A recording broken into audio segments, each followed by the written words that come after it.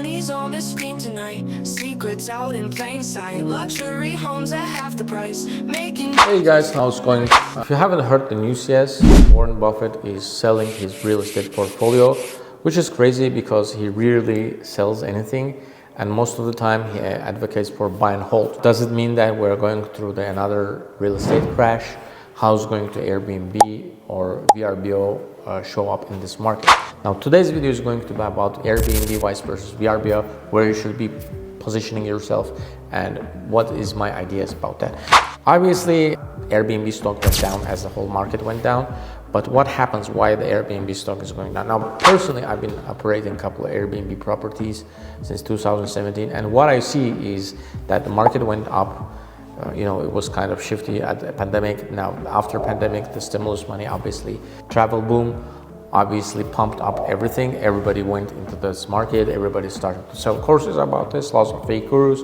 And eventually now we have a situation where if you will go to anybody's calendar, random guy, you will see that everybody's calendars are pretty much empty. Does it mean that you have to stop doing Airbnb? It doesn't mean that we're going to the real estate crash at all. I don't think so personally, because we still have a lack of inventory in the market. As a realtor, I can see that people overbid most of the time for the properties.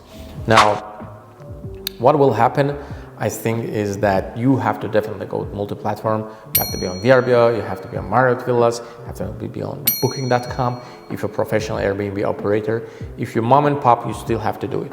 Is it Airbnb bust? I don't think so. I think there's definitely a mismanagement within Airbnb, because it used to be back in the day when you would call the customer service, they will at least listen to what you're saying. Now, most of the time, it's really hard to understand what they are saying, because most of the time they're not even American. And by the way, I think that will be a great idea for government to somehow make these companies to hire American employees, because this just it's going nuts. Most of the time they are hiring guys who doesn't even speak proper English for the customer service. And I think that Airbnb is, after they went public, they started to cut costs on everything.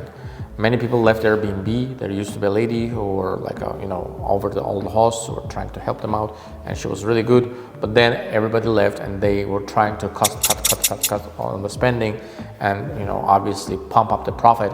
But it doesn't work this way. You have to still have some customer service, and especially considering the fact that the customer service is one of the most biggest flaws of Airbnb. Both VRBO and Booking.com have much better customer service than Airbnb did. Obviously Airbnb had a bigger volume, but they were kind of startup. But eventually there's a stage when you have to start having better customer service. Obviously some startups don't have a customer service at all, like Facebook, but it doesn't make sense. You have to have customer service. I think there is a correction definitely in Airbnb market, especially if you don't know what you're doing. I would definitely not advise to start Airbnb. Thank you for watching, and I would like to mention that this video is sponsored by my company. We help landlords to maximize their rental income. Normally, we take the property, say it's been rented for $3,000. We'll help landlord to make about $5,000 and charge about 10% from the profits. This is what we do. If you guys interested, if you're a landlord and looking for that company that would help you with getting more rent, just letting you guys know, I'm also a realtor in California. Any part of California you're looking for real estate, property for yourself, to live with a family, or for investment, I'm your guy. Feel free to hit me up in the DM. There's a way to outperform the other competitors. Obviously you have to go multi-platform. VRBO is taking very, very big share of the market. My experience with VRBO was very multi-dimensional, because first of all, I don't know why, but if someone from VRBO was watching this video, please start making multi-calendar. Every time, literally, if you have like a bunch of properties, you have to go to the calendar of each property. It's very, very inconvenient. I understand that you guys are a bigger company, but in some ways you're better than Airbnb, and I think that you have a potential of capturing market, considering the fact that Booking.com is not an American company. Now, if you would have these tools better designed, I think eventually Airbnb, they will be able to get a big share of the market from Airbnb. But if not, it will be really, really hard to do that. Now, a thing that I like about VRBO is that they have really good customer service. First of all, people, when you call them, you can feel that they are being paid much higher than the Airbnb customer service is being paid. Most of the time, if you would call Airbnb customer service, they will be doing something else and speaking to you. And you can feel it. I mean, if you listen closely, they're either typing or applying for some other job. I even had a guy who was playing Minecraft while he was speaking to me, and it's understandable because Airbnb hires third-party customer companies who are hiring these guys, and most of the time they're underpaid Filipinos who are they have no other option. They have to work for their take the work that they are being offered, and most of the time it's really low. By the way, if you're looking for the property management company, my company does manage properties all across the Southern California. You can find us on az-housing.com. Definitely you have to have your direct booking website, but don't count that everybody will come to you unless you have crazy Instagram following. Now, Instagram is turning to a game changer nowadays. I think that's one of the things that will eventually affect the market, because many people go to the influencers when they just see the property in the reels they want to book. That could affect the search results, and that definitely could affect the way you're positioning. I would definitely not advise to start arbitrage, Airbnb arbitrage, if you don't know what that is. When you rent a place and then you sublease it on Airbnb, this is just a crazy business model.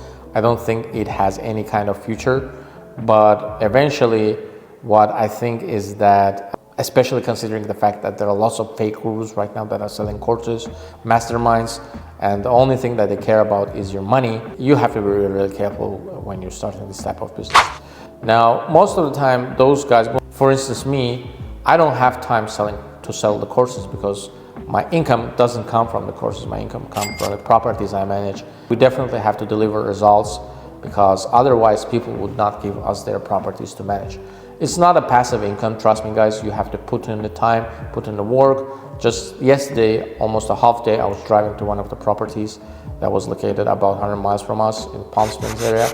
And this is a part of the business, you cannot go anywhere. I think eventually it will get better, but it will get worse before it will get better because the economy is really in the deep, the situation with the economy is not really good.